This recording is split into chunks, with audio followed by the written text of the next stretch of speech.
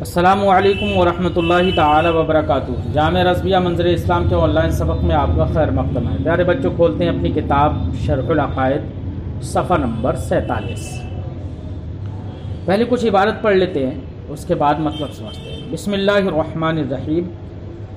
والثانی ان اجتماع اجزاء الجسم لیس لذاته والا لما قبل الافتراق، فاللہ تعالی قادر علی ان يخلق فیہ الافتراق إلى الجزء الذي لا يتجزأ، لأن الجزء الذي تنازعنا فيه إن أمكن افتراقه لزمت قدرة الله تعالى عليه دفعا للعز وإن لم يمكن ثبت المدعى۔ پیارے بچوں، گفتگو اس بات پر چل رہی تھی کہ الجزء الذي لا يتجزأ یا جوہر فرد یہ ثابت ہے، اس پر صاحب شرح نے مشائخ کی ایک دلیل اس سے پہلے قائم کی تھی، اس سے پہلے اپنی طرف سے ایک دلیل قائم کی تھی قرۂ حقیقیہ کو لے کر۔ قرۂ حقیقیہ اگر سطح حقیقی پر رکھی جائے وہ پہلی دلیل تھی، اور مشائخ کی طرف سے دو دلیلوں کے لیے کہا کہ دو دلیلیں مشائخ کے نزدیک مشہور ہیں۔ ان میں پہلی دلیل پیش کی تھی اپنے اس قول سے کہ انہو لو کانا کل عین منقسما لا الہ نہایہ لم یکن الخردلۃ اصغر من الجبل۔ اور مشائخ کی دوسری دلیل اور الجزء الذی لا یتجزا کے اس بات پر یہ مجموعی اعتبار سے تیسری دلیل والثانی سے پیش کر رہے ہیں۔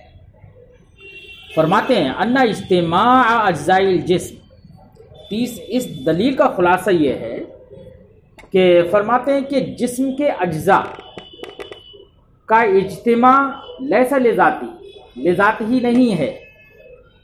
کیوں؟ اس لیے کہ اگر جسم کے اجزاء کا اجتماع لذات ہی ہو تو وہ افتراق کو قبول نہیں کرے گا، کیونکہ جو چیز بذات ہوتی ہے وہ بالغیر زائل نہیں ہوتی، تو اس کو کوئی جدا نہیں کر سکتا۔ اس لیے یہ ماننا پڑے گا کہ جسم کے اجزاء کا اجتماع لذات ہی نہیں ہے بلکہ لغیر ہی ہے۔ اللہ رب العزت نے ان سارے اجزاء کو جمع فرما دیا ہے جسم کے اندر، تو لذات ہی نہیں ہے۔ کیوں؟ وَإِلَّا لَمَا قَبِلَ الْإِفْتِرَاقَ، ورنہ تو اگر لذات ہی ہوتا اجزاء کا اجتماع تو وہ جسم افتراق کو قبول نہیں کرتا۔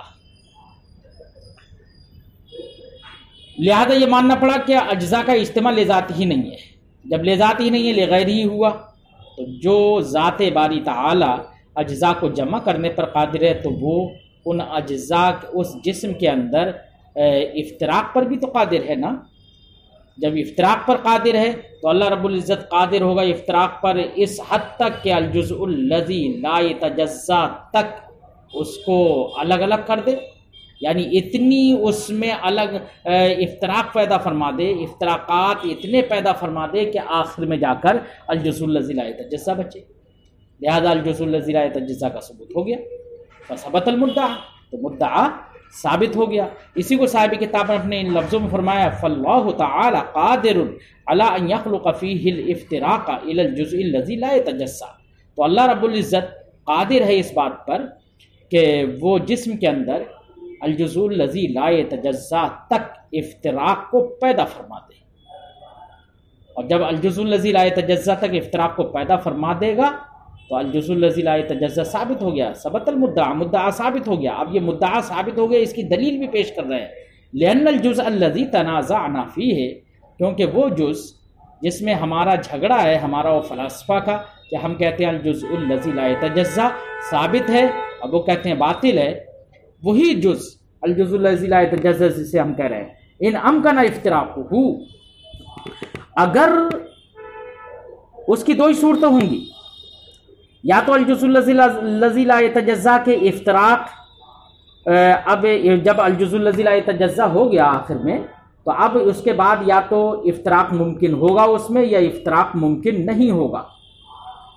اگر افتراق ممکن ہی نہ ہو تو الجزء الذی لا یتجزا ثابت ہو گیا، مدعا بالکل ثابت ہے اگر افتراق ممکن ہی نہ ہو، اور اگر افتراق ممکن ہے تو اب جب افتراق ممکن ہے تو اب یہاں پر دو شق ہیں، یا تو جو افتراقات ممکنہ ہیں یا تو اللہ رب العزت ان افتراقات وہ افتراق پیدا کرنے پر قادر ہوگا یا قادر نہیں، یعنی قدرت ازلیہ یا تو مانیں گے اس افتراق پر یا قدرت ازلیہ نہیں مانیں گے۔ اگر قدرت ازلیہ نہ مانے تو اللہ رب العزت کا معاذ اللہ عاجز ہونا لازم آئے گا، اس لیے دفعا للعز قدرت الہیہ کا اس افتراق پر ماننا لازم، اور جب لازم تو اب ایسی صورت میں دفعا للعز افتراق پر ماننا، قدرت الہیہ کا ماننا لازم ہو گیا،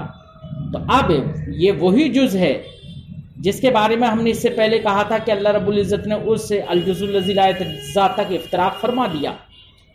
تو جب الجزء الذی لا یتجزا تک افتراق ہو چکا تھا، اس سے پہلے ہم یہ فرض کر چکے تھے، یہ مان چکے تھے، تو اب اس پر پھر قدرت کا ماننا یہ خلاف مفہوم۔ قدرت تو مانیں گے دفعا للعز، اور جب قدرت مانیں گے تو مزید اب اس میں افتراق ہوں گے، تو یہ خلاف مفروض کیوں؟ اس لیے کہ ہم پہلے فرض کر چکے تھے، مان چکے تھے کہ اللہ رب العزت نے الجزء الذی لا یتجزا تک اس کا افتراق پیدا فرما دیا ہے، تو خلاف مفروض لازم آئے گا اگر قدرت ازلیہ مانیں گے دفعا للعز۔ اور اگر تو قدرت ازلیہ تو ماننا ضروری، تو خلاف مفروض لازم آ گیا، اور خلاف مفروض بھی باطل۔ اور ایک یہ ہے کہ قدرت ازلیہ مانی نہیں تو عز لازم، اور یہ بھی باطل، دونوں شقیں باطل۔ تو اگر افتراق ممکن ہو تو قدرت ازلیہ مانے تو خلاف مفروض یہ بھی باطل، اور قدرت ازلیہ نہ مانے تو یہ بھی باطل، کیونکہ اللہ رب العزت کا عز ہونا لازم۔ تو افتراق ممکن ہو تو اس کی دو شقیں تھیں، دونوں شقیں باطل، تو اب دونوں شقیں باطل ہو گئیں، تو ایک ہی صورت بچی کہ افتراق ممکن نہیں ہوگا۔ اگر افتراق ممکن نہ ہو تو پھر مدعا ثابت۔ اسی کو صاحب کتاب نے اپنے لفظوں میں فرمایا ان امکن افتراقہ، کیونکہ وہ جز جس میں ہم نے تنازع کیا اگر اس کا افتراق ممکن ہو تو اللہ کی قدرت اس پر لازم دفعا للعز، عز کو دفع کرنے کے لیے، کیونکہ اگر قدرت نہیں مانیں گے تو عز لازم آئے گا، یہ بھی باطل، اور قدرت مانیں گے دفعا للعز تو پھر یہ خرابی لازم آئے گی کہ پہلے آپ اس کو الجزء الذی لا یتجزا مان چکے تھے، اور آپ نے کہا تھا کہ اللہ رب العزت نے اس میں افتراق پیدا فرما دیا اس حد تک کہ الجزء الذی لا یتجزا ہو گیا وہ۔ اب پھر اس کے بعد میں بھی قدرت کے تحت اب افتراقات اس میں ہوں گے تو خلاف مفروض ہو جائے گا۔ تو خلاف مفروض ہونا اس لیے بھی باطل، خلاف مفروض ہونا یہ بھی باطل ہے، تو دونوں صورتیں باطل ہو گئیں۔ یہ دونوں صورتیں اس صورت میں تھیں جبکہ افتراق ممکن ہو، وَإِن لَمْ يُمْكِن، اور اگر افتراق ممکن نہ ہو ثبت المدعا، تو مدعا ثابت ہو جائے گا کہ اب اس کے بعد اس کا کوئی ٹکڑا اور کوئی جز نہیں ہو پا رہا ہے۔ بہرحال یہاں تک صاحب شرح نے ایک اپنی طرف سے دلیل پیش کی تھی قرآن حقیقیہ کو لے کر، دو دلیلیں مشائخ کی ظاہر پیش کی تھیں، جن میں سے پہلی دلیل تھی انہو لو کان کل عین منقسما، اور دوسری دلیل تھی ان اجتماع اجزاء الجسم لیس لذاتہ سے۔ یہاں تک تین دلیلوں کا بیان مکمل ہوا۔ صاحب شرح فرماتے ہیں تین دلیلوں میں سے کوئی سی بھی دلیل دیکھ لو بالکل ضعیف، ہر دلیل ضعیف ہے، ہر ایک میں کچھ نہ کچھ کمزوری ہے۔ کمزوری کیا ہے بچوں؟ تو الجزء الذی لا یتجزا کے اس بات پر جو دلیلیں دی جا رہی ہیں ان میں سے بھی ہر ایک کے اندر کمزوری ہے، کہہ رہے ہیں۔ کیسے کمزوری ہے؟ تو پہلی دلیل تو وہی تھی قرآن حقیقیہ والی، تو اس کی کمزوری ظاہر کرتے ہیں۔ فرماتے ہیں عمل اول، پہلی والی دلیل وہ کیوں ضعیف ہے؟ اس کی وجہ یہ ہے لأنہ انما يدل على ثبوت النقطہ، کیونکہ قرآن حقیقیہ اگر سطح حقیقی پر رکھی جائے تو وہاں پر یہی کہا گیا تھا کہ اس سے وہ نہیں مماس ہوگا مگر ایک ایسے جز سے جو غیر منقسم ہو، تو وہ جز جو غیر منقسم ہوگا وہ ایک نقطہ ہی تو ہوگا نا، کیا ہوگا؟ ایک نقطہ ہوگا، ایک نقطہ ہوگا۔ تو پہلی والی دلیل دلالت کرتی ہے نقطہ کے ثبوت پر، بات سمجھائی بچوں؟ نقطہ کے ثبوت پر، اور وَهُوَ لَا يَسْتَلْزِمُ ثُبُوتَ الْجُزْءِ، اور نقطہ جو ہے وہ الجزء الذی لا یتجزا کے ثبوت کو مستلزم نہیں ہے۔ نقطہ کا تو ثبوت ہو جائے گا اس سے، لیکن یہ کوئی ضروری نہیں ہے کہ اس سے الجزء الذی لا یتجزا کا ثبوت ہو۔ کیوں؟ اس لیے کہ النقطہ کا ثبوت الجزء الذی لا یتجزا کے ثبوت کو مستلزم نہیں ہے. اصل میں پہلے تو وہاں پر نقطہ کا ثبوت ہو گیا. نقطہ کے ثبوت پر متکلمین نے جو دلیل دی ہے، پہلے تو اس متکلمین کی دلیل کو سمجھیے کہ نقطہ کو انہوں نے ثابت کیا اس سے، اور نقطہ کو ثابت کر کے یہ بتایا کہ نقطہ مستلزم الجزء الذی لا یتجزا ہے. کیسے کہا انہوں نے؟ ان کی دلیل یہ ہے، انہوں نے کہا کہ جب نقطہ ثابت ہو جائے گا تو وہ الجزء الذی لا یتجزا کے ثبوت کو مستلزم ہو جائے گا. کیوں؟ کیونکہ جو نقطہ ہے وہ یا تو عین ہوگا یا عرض ہوگا، دو ہی صورتیں ہوں گی اس نقطہ میں. اگر وہ عین ہے تو ایسی صورت میں الجوہر الفرد کا ثبوت ہو گیا، کیونکہ عین ہو اور عرض نہ ہو اور وہ نقطہ ہے تقسیم کو قبول نہیں کر رہا ہے، تو پھر الجوہر فرد اسی کا نام ہے، تو مدعا ثابت ہو گیا. اور اگر عرض ہے تو عرض ہونے کے لیے ضروری ہے کہ وہ اس کے لیے ایک ایسا محل ہو جو محل منقسم نہ ہو، کیونکہ نقطہ تقسیم کو قبول نہیں کرتا ہے اور وہ ہے عرض. تو عرض تو کسی نہ کسی محل کے ساتھ قائم ہوگی، اور نقطہ تقسیم کو قبول نہیں کرتا ہے. تو اب نقطہ ہوا حال، اس کے لیے محل کی ضرورت، تو محل حال ہوا غیر منقسم، اور حال کا عدم انقسام مستلزم ہوتا ہے محل کے عدم انقسام کو. تو وہ عرض ہے نقطہ، تو وہ جس محل کے ساتھ قائم ہوگا وہ محل بھی غیر منقسم ہوگا. اور یقینی طور پر متکلمین نے فرمایا کہ وہ محل جو نقطہ کا محل بنے گا اگر عرض مانا جائے تو وہ محل جوہر ہے، جس کو الجوہر الفرد کہتے ہیں، الجزء الذی لا یتجزا کہتے ہیں. اس لیے نقطہ کا ثبوت یہ مستلزم ہوگا الجزء الذی لا یتجزا کے ثبوت کو. یہ متکلمین نے کہہ دیا. صاحب شرف فرماتے ہیں کہ یہ دلیل ان کی ضعیف ہے. کیوں؟ اس لیے کہ اس دلیل سے نقطہ کا ثبوت ہو رہا ہے، اور نقطہ یہ ثبوت جز کو مستلزم نہیں ہے. کیوں؟ اس لیے کہ نقطہ ثبوت جز کو مستلزم کیوں نہیں ہے، اس کی وجہ کیا ہے بچوں؟ اس لیے کہ اگر لأن حلولها فی المحل لیس الحلول السریانی، کیونکہ نقطہ کا حلول، نقطہ کو اگر عرض مانیں گے تو عرض ماننے کی صورت میں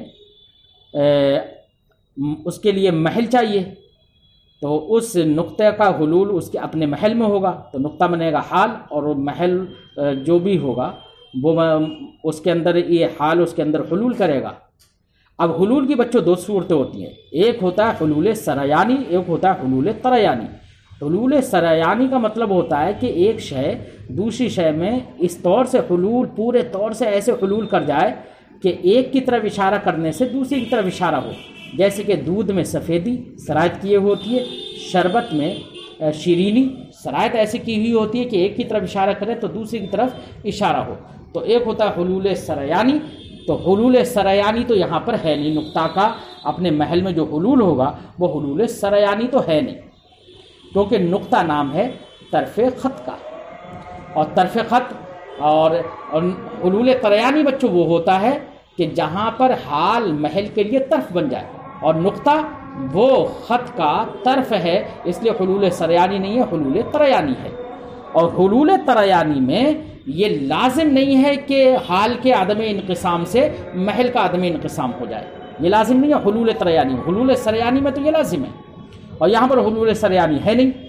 جب حلول فرماتے ہیں لأن حلولها فی المحل لیس الحلول السریانی، کیونکہ اس نقطے کا حلول محل میں حلول سریانی نہیں ہے، کہ حتی یلزم من عدم انقسامها عدم انقسام المحل، کہ اس نقطہ کے عدم انقسام سے اس کے محل کا عدم انقسام لازم ہے. لہذا نقطہ منقسم نہیں ہوگا تو اس سے یہ لازم نہیں ہے کہ اس کا محل بھی منقسم نہ ہو، اور وہ محل جوہر ہو. تو محل جوہر کا آپ جو بھی محل مانیں جوہر کہہ دیں، لیکن نقطہ کے عدم انقسام سے اس کا عدم انقسام لازم نہیں آئے گا.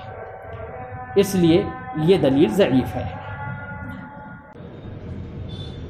وَأَمَّا الثَّانِي وَالثَّالِث فَإِنَّ الْفَلَاسِفَةَ لَا يَقُولُونَ. یہاں سے صاحب شرح مشائخ کی بیان کردہ پہلی دلیل اور دوسری دلیل، جو کہ مجموعی اعتبار سے مشائخ کی پہلی دلیل اب دوسری ہو گئی، کیونکہ قرآن حقیقیہ پہلی دلیل تھی، اور مشائخ کی دوسری دلیل قرۂ حقیقیہ جب پہلی دلیل ہو گئی تو دوسری دلیل مشائخی اب تیسری ہوگی. اسی کو ثانی و ثالث کہہ رہے ہیں. مشائخ کی پہلی دلیل ثانی ہو گئی اور مشائخ کی دوسری دلیل ثالث ہو گئی. یہ دونوں دلیلیں کیوں ضعیف ہیں، کیوں کمزور ہیں، اس کی وجہ بتا رہے ہیں. فإن الفلاسفة لا يقولون بأن الجسم متألف من أجزاء بالفعل وإنها غیر متناہیۃ. مشائخ کی پہلی دلیل جو یہاں سے شروع تھی انہ لو کان کل عین منقسما لا الى نہایہ لم یکن الخردلۃ اصغر من الجبل. یہی تو تھی پہلی دلیل فلاسفہ کی، وہ مشائخ کی. تو اس دلیل میں یہ کہا گیا تھا گویا کہ لو کان کل عین منقسما لا الى نہایہ کی تردید کر رہے ہیں، اس کا ذوق بیان کر رہے ہیں. فرماتے ہیں کہ فلاسفہ اس بات کے قائل نہیں ہیں کہ جسم اجزائے بالفعل سے مرکب ہے اور وہ اجزائے بالفعل جو جسم کے اندر ہیں وہ غیر متناہی ہیں. اس کے قائل نہیں ہے کہ آپ نے یہ کہہ دیا کہ ہر عین منقسم ہو الی غیر النہایہ، تو ایسی صورت میں ایک رائی کا دانہ پہاڑ کے دانے سے چھوٹا نہیں رہے گا.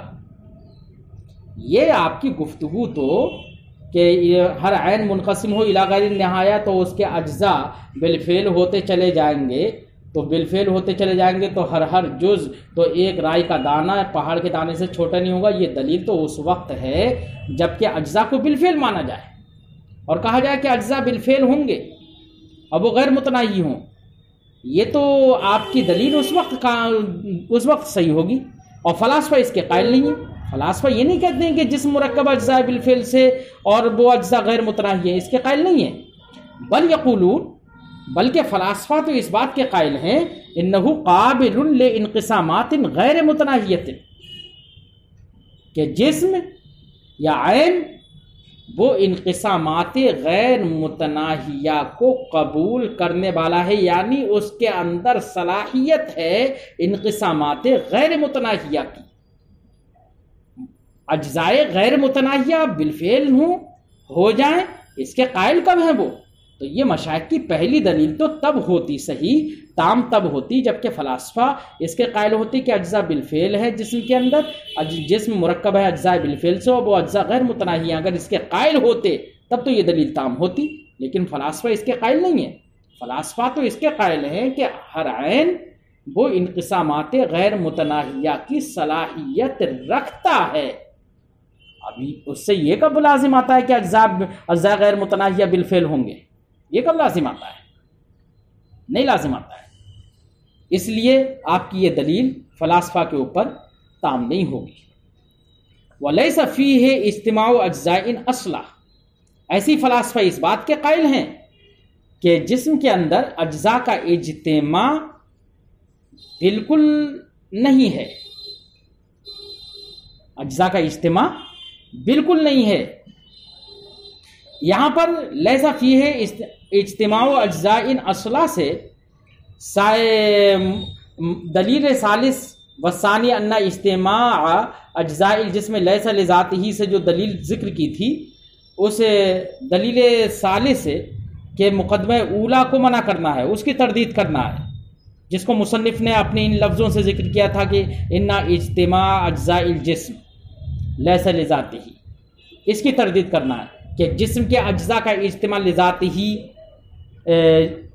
نہیں ہے بلکہ لغیر ہی ہے. اس سے پوری دلیل آپ نے دے دی. فلاسفہ اس کے قائل ہی نہیں ہے کہ جسم کے اندر اجزاء کا اجتماع ہے، بالکل اس کے قائل نہیں ہے. وہ اجزاء کا اجتماع بالکل مانتے ہی نہیں ہیں. بات سمجھائی؟ جب اجزاء کا اجتماع نہیں مانتے تو پھر یہ کہنا کہ اس طرح سے دلیل دینا کہ جسم کے اجزاء کا اجتماع لذاتی ہی نہیں ہے بلکہ لغیری ہے. جب لغیری ہے تو اجتماع تو مانا چاہے لغیری ہی مانا، اور فلاسفہ تو اجتماع بالکل مانتے ہی نہیں ہے. تو یہ دلیل فلاسفہ پر تام نہیں ہو سکتی، اس لیے یہ دلیل ضعیف ہے. وَإِنَّمَا الْعِظَمُ وَالصِّغَرُ بِاعْتِبَارِ الْمِقْدَارِ الْقَائِمِ بِهِ.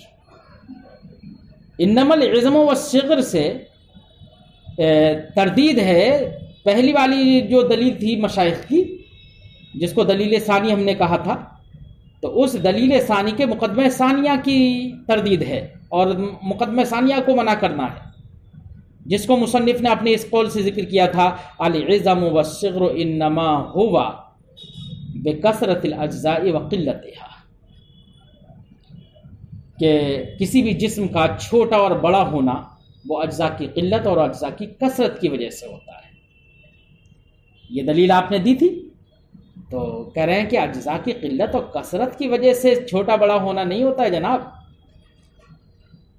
یہ دلیل تو تام تب ہوگی، فلاسفہ کے خلاف حجت تب ہوگی دلیل یہ صحیح، جبکہ یہ دلیل میں جب یہ دلیل خود بفی نفسی ہی بھی تو صحیح ہو، اس کا مطلب بھی تو صحیح ہو۔ آپ نے تو یہ دلیل دے دی کہ چھوٹا بڑا ہونا اجزاء کی کثرت اور قلت کی وجہ سے ہوتا ہے، کہاں ہوتا ہے؟ بلکہ چھوٹا بڑا ہونا اجزاء کی کثرت اور قلت کی وجہ سے نہیں ہوتا ہے، بلکہ چھوٹا بڑا ہونا اس مقدار کی وجہ سے ہوتا ہے، مقدار کے اعتبار سے ہوتا ہے جو مقدار جسم کے ساتھ قائم ہوتی ہے۔ جیسے مثال کے طور پر میں آپ کو بتاؤں، ایک ٹیوب ہے، اس میں دو ٹیوب ہیں، ایک میں ہوا نہ بھری جائے ایک میں ہوا بھر دی جائے، تو جس میں ہوا نہیں بھری گئی ہے وہ چھوٹا لگے گا آپ کو۔ دو گیندیں ہیں، ایک میں ہوا بھر دی جائے ایک میں بھری نہیں جائے، جس میں ہوا نہیں بھری گئی ہے وہ چھوٹی لگے گی اور جس میں ہوا بھر دی گئی ہے وہ بڑی لگے گی۔ کیا ان میں اجزاء کی قلت و کثرت ہوئی؟ نہیں، دونوں میں اجزاء برابر ہیں، مثلا اجزاء دونوں برابر، لیکن ایک کی مقدار زیادہ ہے ایک کی مقدار کم ہے۔ یا دوسرے لفظوں میں ہم دوسری طرح سے ہم یہ مثال بھی دے سکتے ہیں کہ ایک طرف ہم روئی کے 10 اجزاء لیتے ہیں اور دوسری طرف ہم لوہے کے 10 اجزاء لیتے ہیں۔ اب دیکھتے ہیں دونوں میں اجزاء برابر، اب دیکھتے ہیں کہ کس صغر اور کبر ان میں ہوگا نہیں ہوگا۔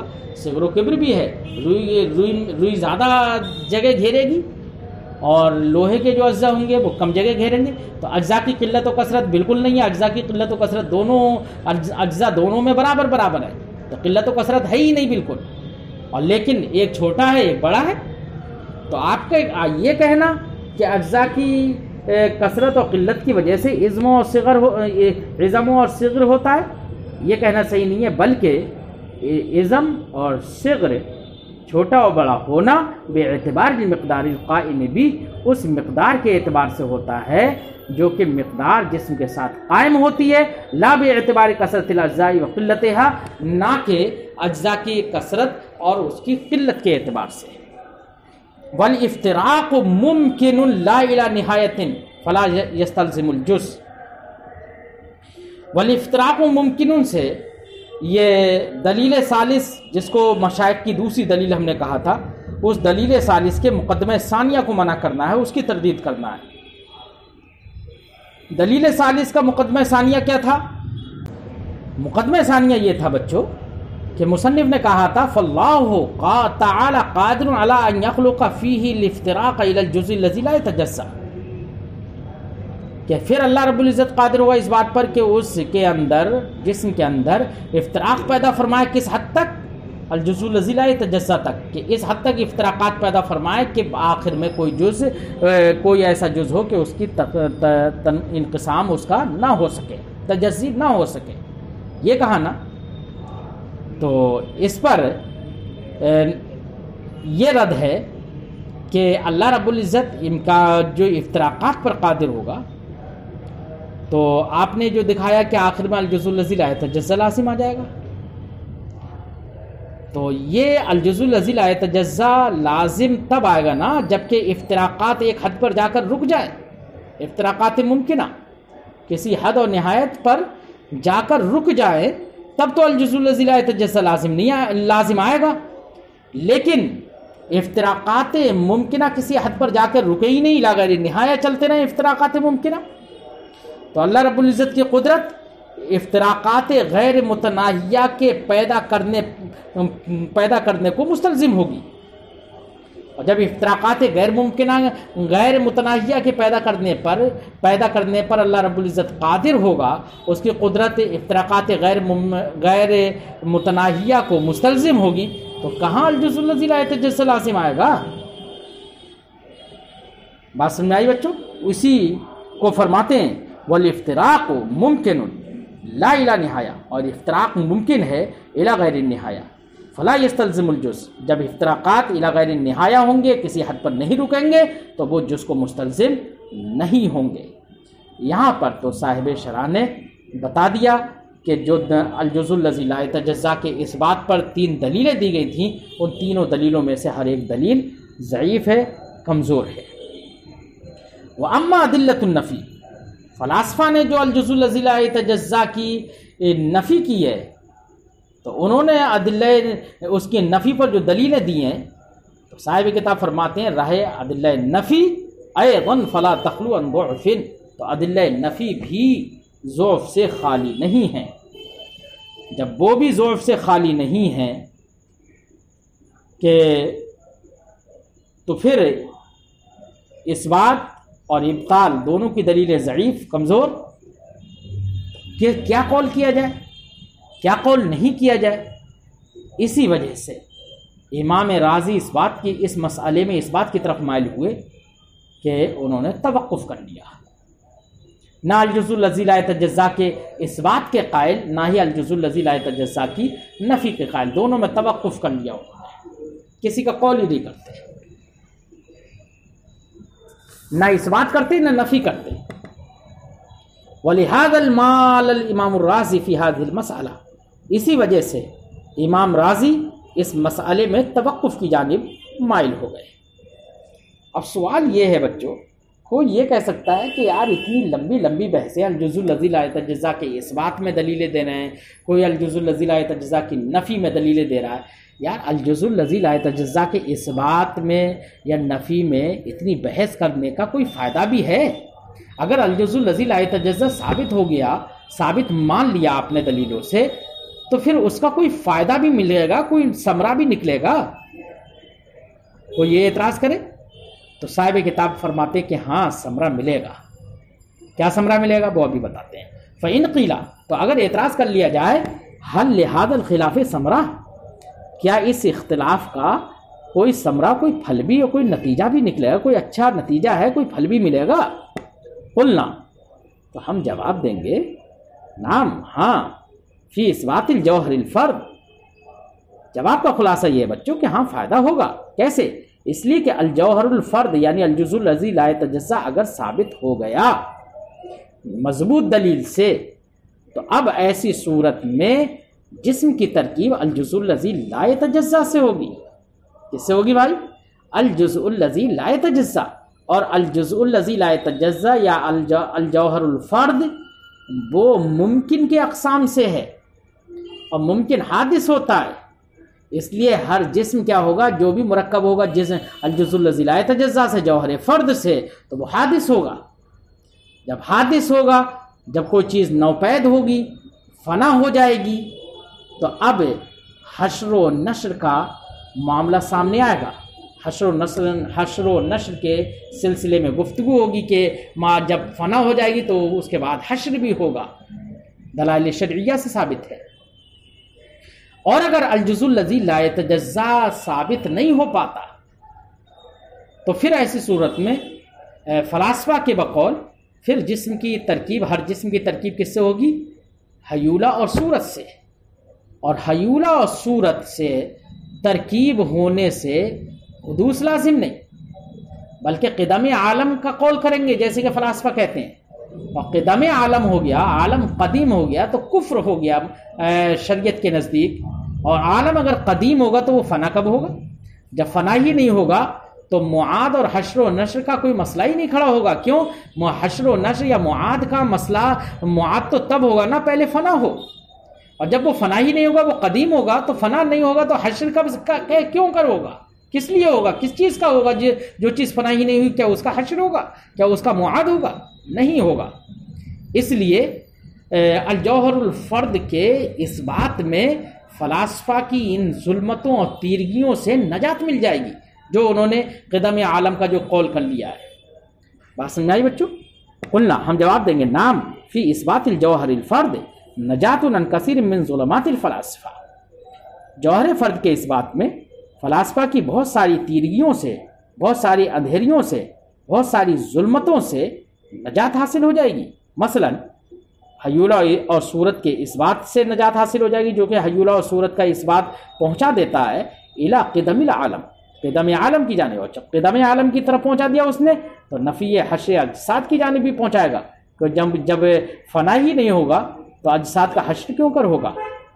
اور ایسے ہی نجات مل جائے گی بہت سارے اصول ہندسہ سے، المبتنی علیہا، جن اصول ہندسہ پر بنا ہے آسمان کی حرکات کے دوام کی، کہ آسمان کی حرکات یعنی فلک، جیسے فلاسفہ نے کہا نا کہ فلک دائماً حرکت علی الاستدارہ کرتا ہے، اس کی حرکت دائمی ہے، حادث نہیں ہے، بات سمجھ آئی؟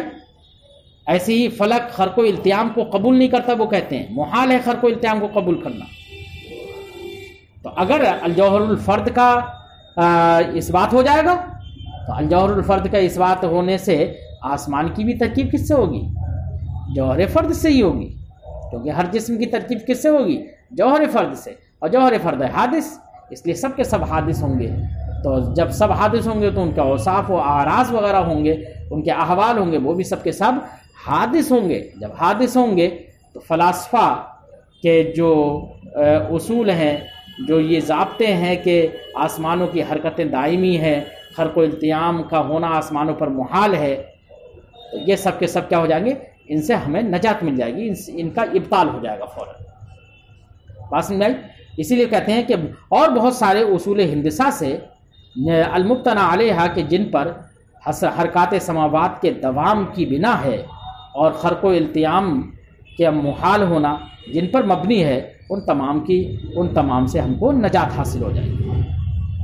اصول ہندسہ پر دوام حرکات سماوات کی بنا ہے ایسا لگتا نہیں ہے، کیونکہ اصول ہندسہ میں سے اگر غور کیا جائے تو کسی ضابطے پر، ہندسہ کے کسی ضابطے پر، کسی اصول پر دوام حرکات سماوات کی بنا نہیں ہے، بلکہ اصول فلاسفہ پر ہے، جیسے کہ ہدایت الحکمت میں آپ نے پڑھا ہے۔ پھر مصنف کا یہ کہنا، شارح کا یہ کہنا المبتنی علیہا اصول ہندسہ پر بنا ہے، یہ کہنا ہو سکتا ہے شارح بڑے وسیع الظرف ہیں، ذکی ہے، بہت ذہین فطین ہیں، اپنے دور کے ایک بہت بڑے علامہ ہیں، ہو سکتا ہے کہ ہندسہ کی کسی ایک ایسی دلیل پر مطلع ہوئے ہوں وہ کہ جس پر دوام حرکات سماوات کی بنا ہو، اس لیے انکار بھی نہیں کیا جا سکتا۔ بہرحال آج کی گفتگو بچوں یہیں پر ختم کرتے ہیں۔ السلام علیکم ورحمۃ اللہ تعالی وبرکاتہ۔